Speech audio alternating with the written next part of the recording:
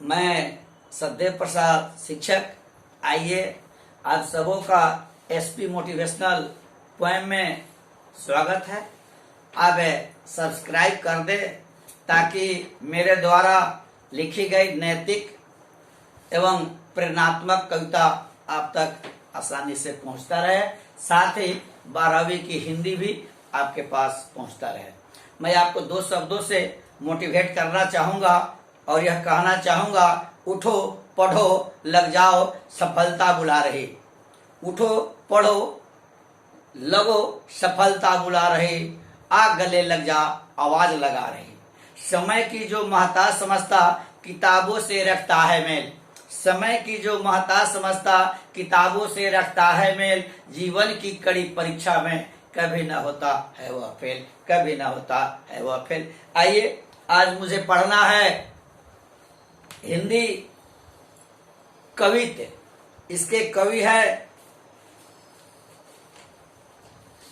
भूषण, उनके बारे में आज मुझे पढ़ना है।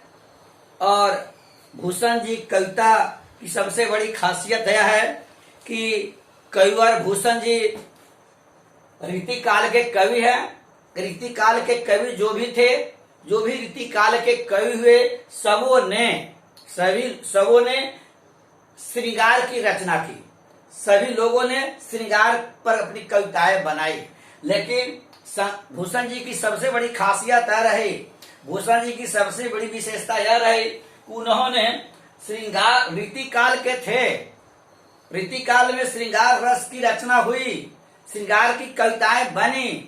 लेकिन भूषण जी की सबसे बड़ी विशेषता यह रही कि उस काल में भी इन्होंने श्रृंगार को न अपना करके वीर रस को अपनाने का काम किया। देश के नौजवानों, देश के वीर सपूतों और शिवाजी जैसे व्यक्ति को इन्होंने अपना आदर्श माना और बुलंदी के शासक छत्रसाल को इन्होंने अपने केंद्र बिंदु में रखा। और मुझे यह पढ़ना है कि भूषण जी के बारे में मुझे यह पढ़ना है आज कि उन्होंने इन्हें आपसे प्रश्न पूछेगा, आपके समक्ष पूछेगा कि यदि आपसे पूछे कि भूषण का जन्म कब हुआ था, तो हम यह बताएंगे कि कविवर भूषण का जन्म 1613 ईस्वी में हुआ था और 1715 में उनकी मृत्यु हुई। आपसे यह पूछेगा कि किस काल में उनका जन्म हुआ, किस काल में उनका जन्म हुआ, तो हम बताएंगे कि कविवर भूषण जी का जन्म रीति काल में हुआ। लेकिन अगर आपसे पूछे कि भूषण जी किस धारा के कवि थे, किस धारा के कवि थे, तो मुझे यह बताना होगा, मुझे यह लिखना होगा कि भूषण जी किस धारा के कवि थे, तो लिखे। लेकिन धारा के बारे में पूछे तो लिखेंगे हम रीति मुक्त धारा के कवि थे। क्या लिखेंगे कि अगर धारा के बारे में पूछे तो क्या बोलेंगे, रीति मुक्त धारा के कवि थे। क्योंकि उस समय काल था, रीति काल में किसकी रचना हुई, श्रृंगार की रचना। सभी कवियों ने किसकी रचना की, श्रृंगार की रचना की। लेकिन इन्होंने क्या किया, इन्होंने इस रीति काल के विरुद्ध है, इस रीति काल से हटकर इन्होंने वीरों के बारे में रचना की। यानी इन्होंने श्रृंगार की न बातें करके इन्होंने वीरों के बारे में लिखने का काम किया, ओजस्वी लोगों के बारे में लिखने का काम किया। इसीलिए इनका अगर पूछे कि वे किस धारा के थे, तो हम लिखेंगे कि भूषण जी रीति मुक्त धारा के कवि थे। अगर आपसे पूछे कि प्रथम पद में किस रस की अभ्यंजना हुई है, तो हम लिखेंगे प्रथम पद में वीर रस की अभ्यंजना हुई है। अगर वीर रस के बारे में हम आपको बताएंगे और कि उन्होंने कविवर भूषण जी ने शिवाजी को अपना आदर्श माना और शिवाजी की वीरता के बारे में लिखा, शिवाजी की उदारता के बारे में लिखा। लेकिन वीरता के बारे में यह भी लिखा, उदारता के भी बारे में लिखा। लेकिन जिन लोगों ने शिवाजी के साथ अच्छा व्यवहार किया, उसके साथ अच्छा व्यवहार किया, और जिन लोगों ने अर्थात जिन मुगलों ने शिवाजी का विरोध किया, उसके साथ लड़ने का भी काम किया और मुगलों को दबाने का भी काम किया। अगर आपसे पूछेगा कि द्वितीय पद में किस रस की अभिव्यंजना है, तो हम पूछेंगे द्वितीय में विभक्त रस की अभिव्यंजना है। इसकी चर्चा है क्योंकि द्वितीय पद में हम पढ़ेंगे कि इसमें बुलंदी के शासक छत्रसाल की वीरता पर, शौर्य पर प्रकाश डाला गया है। और यह छत्रसाल, बुलंदी का शासक छत्रसाल ने दुश्मनों को, अपने मुगल दुश्मनों को अपनी तलवारों से ऐसे काटने का काम किया।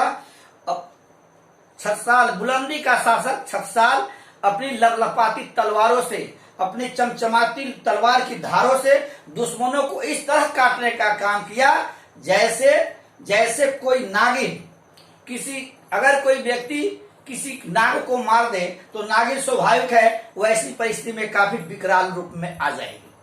तो वैसी परिस्थिति में जिस तरह नागिन अपने नाग के मारने वालों को डसने का काम करती है, ठीक उसी प्रकार छत्रसाल की तलवारें दुश्मनों को ऐसे काट रही है, ऐसे नागिन की तरह उस गले को काट रही है और धरती पर ऐसे गिरा रही है, लगता है कि भगवान शंकर को खुश करने के लिए, मुंडों का माला बनाने के लिए यह तलवार इतने लोगों का गर्दन काट रही है। इसके साथ ही उसकी तलवार और भी क्या कर रहा है, इसके साथ लोगों को, अपने जो दुश्मन है, छत्रसाल की जो विरोधी लोग हैं, उसके सेनाओं को, झुंड को छत्रसाल की तलवारें ऐसे काट रही है जैसे मानो कलिका, यानी मृत्यु के देवता को कलिका कहा जाता है, मानो कलिका देवी की कलेवा के लिए यह छत्रसाल की तलवारें न जाने कितने लोगों को काटने का काम कर रही है। तो आपसे पूछेगा कि छत्रसाल की तलवार कैसी है, आपसे पूछेगा छत्रसाल की तलवार कैसी है, तो हम लिखेंगे छत्रसाल की तलवार सूर्य की किरणों के समान है। जिस तरह सूर्य की किरणें जब आती है, जब सूर्य की किरणें चल करके धरा पर पहुंचती है तो स्वाभाविक है अंधेरा मिट जाता है। ठीक उसी प्रकार छत्रसाल की तलवार जिस तरह सूर्य किरणों की भांति अंधेरा समाप्त हो जाता है, ठीक उसी प्रकार छत्रसाल की तलवारों से सभी दुश्मन पलायन हो रहे हैं और मूली गाजर की तरह काटे जा रहे हैं। फिर आपसे यह पूछेगा कि आपसे इस भूषण जी को यह भूषण की उपाधि किसने दी, तो इसके बारे में हम लिखेंगे कि यह उपाधि, भूषण को उपाधि सोलंकी के राजा रुद्र शाह ने दी। भूषण की उपाधि किसने दी? सोलंकी राजा रुद्र शाह ने दी। और इसके बाद भूषण इतने प्रसिद्ध हो गए कि इनका मूल नाम ही सभी कोई भूल गया। लेकिन मैं आपसे यह कहना चाहूंगा और आपको अगले प्रश्न का उत्तर एक करके मैं बताना चाहूंगा। सबसे पहला आपका प्रश्न है, शिवाजी की तुलना भूषण ने किन किन से की है?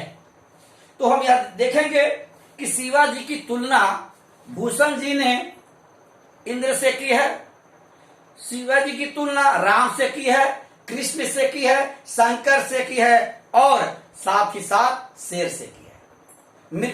उसको मृगराज, शेर को मृगराज भी कहते हैं। इसकी शिवाजी की तुलना प्रथम पद में कवि भूषण जी ने शेर से की है। जिस तरह शेर की दहाड़ से जंगल के सभी लोग भाग जाते हैं, जंगल में रहने वाले जो जीव जंतु है सभी पलायन कर जाते हैं, ठीक उसी प्रकार शिवाजी के सामने सभी मुगल सेना भाग रही है। सभी जिस तरह शेर के सामने जंगल के सभी जानवर भाग जाते हैं, ठीक उसी प्रकार शिवाजी के सामने मुगल सेना भाग रही है। इसीलिए यहाँ जैसे राम की भी तुलना की गई है, राम से पराजित कौन हुआ? रावण हुआ। इसलिए कृष्ण पर पराजित कौन हुआ? कंस हुआ। इसलिए कंस की भी तुलना की गई है। और यहाँ शंकर भी भगवान की तुलना की गई है। शंकर भगवान से तुलना इसलिए की गई है कि शंकर भगवान से कामदेव हार गया। जिस तरह कामदेव शंकर भगवान से हारा, जिस तरह कंस कृष्ण से हारा, जिस तरह रावण राम से हारा, ठीक उसी प्रकार शिवाजी से मुगल सेना हार गई। अब दूसरा प्रश्न है, शिवाजी की तुलना भूषण ने मृगराज से क्यों की है? दूसरा प्रश्न है, शिवाजी की तुलना भूषण ने मृगराज से क्यों की है? तो हम जानते हैं कि हाथी बड़ा जानवर होता है, ऐसे हम लोग पढ़ते आ रहे थे कि असल का सबसे बड़ा जानवर कौन है, तो हम लोग पढ़ते आते हैं कि पढ़ते भी हैं कि हाथी है। लेकिन सच्चाई यह है कि हाथी बड़ा जानवर है, लेकिन वह फुर्तीला नहीं है, उतना चुस्त दुरुस्त नहीं रहता, उसके पास इतनी ऊर्जा नहीं होती, इसके पास उतना दिमाग नहीं होता, वह दिमाग के मामले में शेर से पीछे है। इसलिए हाथी शेर से हार जाता है। शेर भले जंगल का, इसीलिए जंगल का राजा शेर कहा जाता है। इसलिए शेर से यानी मृगराज का आप समझेंगे शेर, तो मृगराज से शिवाजी की तुलना भूषण ने इसलिए की है कि वो हाथी जिस तरह पलायन कर जाता है शेर को देख करके, ठीक उसी प्रकार शिवाजी के सामने मुगल सेना पलायन कर गई। इसीलिए यह भाव यह है। छत्साल की तलवार कैसी है, इसमें हम पढ़ेंगे कि छत्साल की पहले जो कविता है 8 पंक्ति का, उसमें शिवाजी की चर्चा है, और नीचे जो 8 पंक्ति है वह उसमें छत्साल की चर्चा है। तो यह तीसरा जो प्रश्न है वह छत्साल की तलवार कैसी है इसका। तो छत्साल की तलवार के बारे में ये 2 मैंने पहले कहा। छत्साल की तलवार ऐसी है, छत्साल की तलवार इतनी तीखी है, छत्साल की तलवार इतनी तेज है, छत्साल की तलवार इतनी लपलपाती और चमचमाती है, उसमें इतनी धार है कि दुश्मनों जिस तरह नागिन किसी के डसने का काम करती है, ठीक उसी प्रकार छत्साल की तलवारें दुश्मनों के गर्दन को लेकर के भगवान शंकर के चरणों में सपुर्द कर रही है। ऐसा मानो लग रहा है कि यह छत्साल की तलवारें मुंडों का माला पहना करके भगवान शंकर को खुश करना चाहती है। तलवार हमेशा स्त्रीलिंग है, इसका याद रखना होगा। अब अगला प्रश्न है चौथा, नीचे लिखे अवतरणों का अर्थ स्पष्ट करें। हमने जो कहा उसी को फिर नीचे लिखा गया है। चौथा का पहला है, लागती लपकी कंठ बैरनी के नागिन सी रुद्रही रिझावे दे मुंडन की माल को। इसमें जब भी व्याख्या की बातें हो, जब भी अर्थ की बातें हो, तब जरूर हम लिखेंगे प्रस्तुत पंक्ति भूषण द्वारा कविवर भूषण द्वारा लिखित, रीति काल के कविवर भूषण द्वारा लिखित कविता से ली गई है, जिसका अर्थ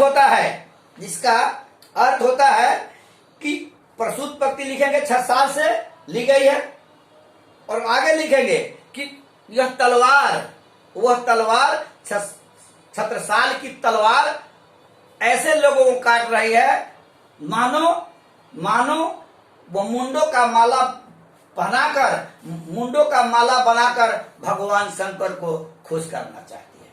फिर ख है, उसमें प्रतिभट कटम के कटीले केते काटी काटी। फिर अगला है, ये भी यही लिखेंगे प्रस्तुत पंक्ति कविवर भूषण द्वारा लिखित कवि से ली गई है, जिसका अर्थ है कि छत्साल की तलवारें दुश्मनों के समूह को ऐसे काट रही है मानो कलिका के लिए कलेवा का तैयारी कर रही है। कलेवा का मतलब है भरपेट भोजन, और इतने लोगों का सर काट रही है तलवार। लगता है कि आज दुश्मनों का सर इतना काट रही है कि लगता है कि आज कलिका यानी मृत देवता का आज कलेवा होने वाला है। फिर अगला प्रश्न है, भूषण रीति काले किस धारा के कवि है। तो मैंने कहा कि भूषण जी अगर पूछे किस धारा के कवि है, तो धारा के बारे में पूछे तो रीति मुक्त धारा के कवि है। यह पूछेगा कि रीति मुक्त धारा के कवि क्यों बन गए, तो हम लिखेंगे कि वे रीति काल के कवि थे, लेकिन उनका मन श्रृंगार रस में न लग करके वीर रस में लगा, इसलिए उन्होंने अपनी धारा को ही बदल दिया। इसलिए अगर आपसे पूछे किस धारा के कवि थे, तो हम लिखेंगे कविवर भूषण जी रीति मुक्त धारा के कवि थे। ठीक है, इन्हीं शब्दों के साथ मैं वाणी को बंद समाप्त करता हूं। जय हिंद, जय भारत।